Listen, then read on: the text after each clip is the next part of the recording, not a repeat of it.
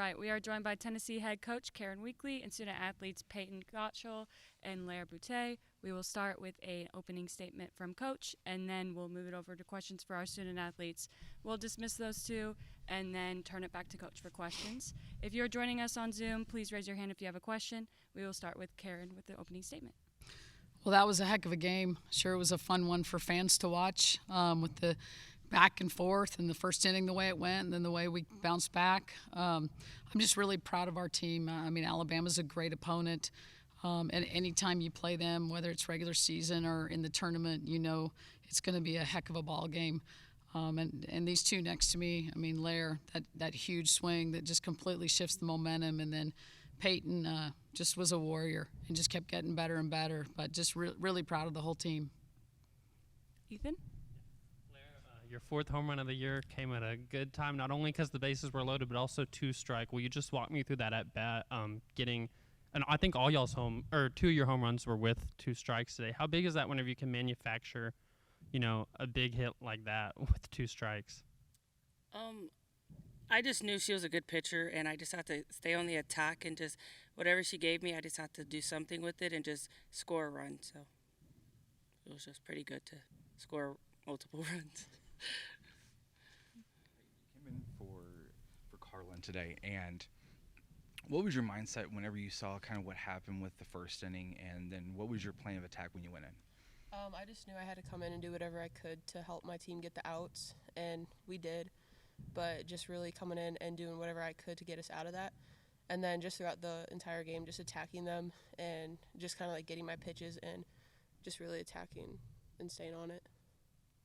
We'll turn it over to Zoom. Cora, you may unmute yourself. Lair, you said on the broadcast that your affirmation is "I'm made for this." Why did you pick that one in particular, and why does that speak to you personally? Karen had told me my freshman year that I like to shine when the lights come on. So I just made that my affirmation as if like the lights are on 24/7, and I'm made for any moment I'm put in. And then Payton, when you saw that grand slam in the first, did that kind of release some pressure from you? How much, pressure did that relieve for you going back in there in the second? Just a lot, knowing that my team was like they had my back and just that I could pitch freely, and I knew that they were going to come up and really just score runs and do whatever they could to win that game. Jack, you may unmute yourself. Payton, so with the defensive play behind you, how do you think that helped you tonight? There were some great plays from Lair and from Zeta as well. Oh, that helps me so much, knowing that I'm able to pitch whatever I can and that my defense is going to do whatever they can to get the out and just go all out. That helps free me up so much. All right, Brian. Payton, how much do you embrace coming out of the pen? Because it seems like you play that fireman role. So what's the difference between coming out of the pen versus starting a game? There's just, I don't know, like personally I feel like there's a lot more pressure, and I don't know, I like being put in pressure situations because I feel like it amps me up a little bit, and I just really get going in those situations. And then back to Cora. For both you guys, I mean, this is the first time since 2015 that Tennessee has gone to the tournament final. What does this accomplishment mean to you guys to help lead the team to this point? I mean, it's just great knowing that we can play that kind of role and just step up in that way, but it takes everybody, so it's just great. We're just on a mission, really. We have a plane, and we have everything in order to fly the plane, and we're just flying it. We're trusting our process, and we're taking off with it. And then last question for our student athletes, Brian. Payton, the celebration at the end, what was going through your head? What was the scream? What was the emotions, I guess? I mean, I don't really know. Like, they actually played my walk-up song, like, the inning before, so that just kind of, like, there was, like, nothing going on in my head, just, like, basically screaming, I guess. And then at the end of the game, I just kind of let it all out. Thanks, you two. You may be dismissed.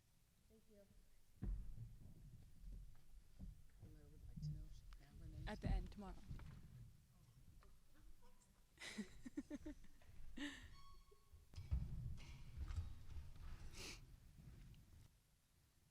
All right, now questions for Coach. Ethan, you can get us started. Coach, first, just congrats on the win. I know that also in the series against Florida, your team overcame a large deficit, kind of like tonight. How all year kind of has the team been able to withstand seeing things go south for a while and then punch back? I think the Florida series was a key for us because before that, I don't think we, A, had a lot of opportunities, or B, come through when those opportunities presented themselves to come from behind. So to do that in the Florida series, not just once but twice, I think gave us a lot of confidence that it doesn't matter. We know we can just keep battling and find a way to get it done. You know that timely hitting really takes you far in the postseason. Could you talk a little bit about how the timely hitting helped you guys tonight? Yeah, if you look at our stats, I think it was maybe 2 weeks ago, somebody pointed out to me that our hits and our runs were even in SEC play, which is really unheard of. Usually you have quite a few more hits than you do runs. And sometimes you'll look up there and say, wow, they got out hit. But, you know, at the end of the day, it's about scoring runs. And these guys seem to do a pretty good job of bringing runners in when they're there, finding ways to get on base, and then somebody comes up with a big blow. All right, now back to Zoom, Cora. Karen, when Lair hit that grand slam, I think that's the most passionate, fired up I've ever seen a celebration. How would you describe that dugout? Is that the most fired up you've seen them all season? Well, after our first inning, I think, yeah, it was huge. But also, you know, in the game earlier today, Lair was up in those positions and, you know, she just didn't get it done. And that happened. So I think there was a lot of happiness for her because, you know, like Lair said, she likes to shine when the lights are on. And we knew that, you know, she was going to get it done eventually. So I think it was a combination of getting ourselves right back into the ball game and getting the momentum on our side, but also just real joy for Lair coming through in that situation because we knew that it had bothered her earlier in the day not to. And I had asked you after South Carolina how you felt about your team's approach at the plate. You weren't happy with it that weekend. How do you feel about today so far, and what's helped them kind of turn the page on that? Yeah, I think Sunday against South Carolina was disappointing, and they were disappointed too. They really committed to come into this weekend and be able at the end of every game to look at their teammate in the eye, every teammate, and be able to say, hey, I went for it. I didn't hold anything back. Just everybody just go, go, go, go. And I think I've seen that for the most part. You know, maybe an exception here or there, but the good thing is if somebody didn't have a quality at bat and wasn't on the attack, they came back the next time and did. So that's really their entire goal this weekend is just to play with that kind of aggressiveness. Jack? Looking ahead to South Carolina, all three of those games were hard-fought games. How do you see yourself matching up with them tomorrow? You know, they're a really good team. I mean, their record doesn't tell the story.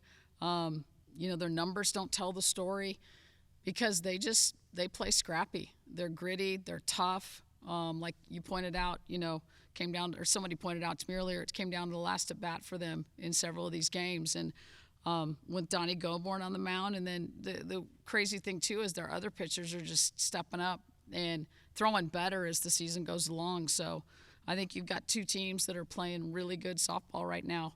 We're going to have to, you know, get good swings off. When they put pitches over the plate, get good swings off. And that's the thing I didn't feel like we did as well. Last weekend, I thought we took a lot of pitches and just didn't have a real aggressive approach. And then with both Ashley pitching 7 innings and Payton pitching.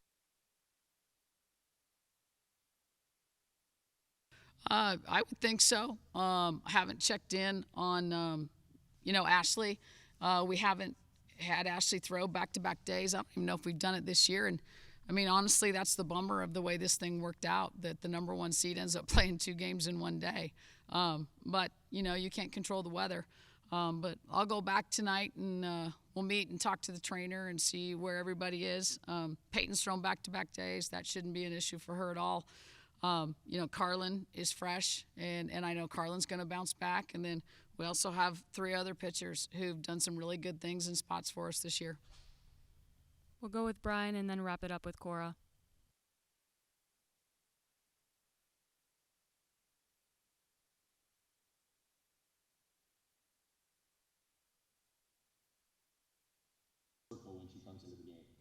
she just loves to compete. I mean, you know, when you guys are talking to them, it's kind of laughing, but Payton, you just picture Payton in the front row of a heavy metal rock concert, you know, and she's going, and that's why the team loves playing with her and behind her.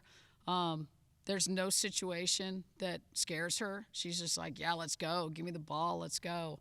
And I think that's what allows her to play free, to inspire her teammates, and just to get better as she goes.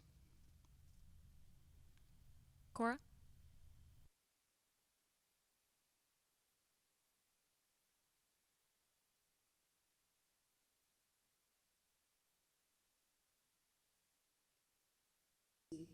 It's huge. I think you get to this point in the season, you're trying to win championships. It really comes down to who's got a better 7, 8, 9. Everybody's got a good, 1, 2, 3, 4 kind of thing. And then it's, can you get some production out of the bottom of your order? And I actually thought G. Kutsoinopoulos had some of her best swings tonight. Didn't get a hit, but I really felt she set a good tone for us. Jam came up with a big hit right before that, and then Katie hits that ball out of the park. So when you can get production like that in the lower part of your order, it's huge. And Katie knows her job is just turn that lineup over. And every time she does something good, we know Kiki's going to come right back up. Thank you. Thank you.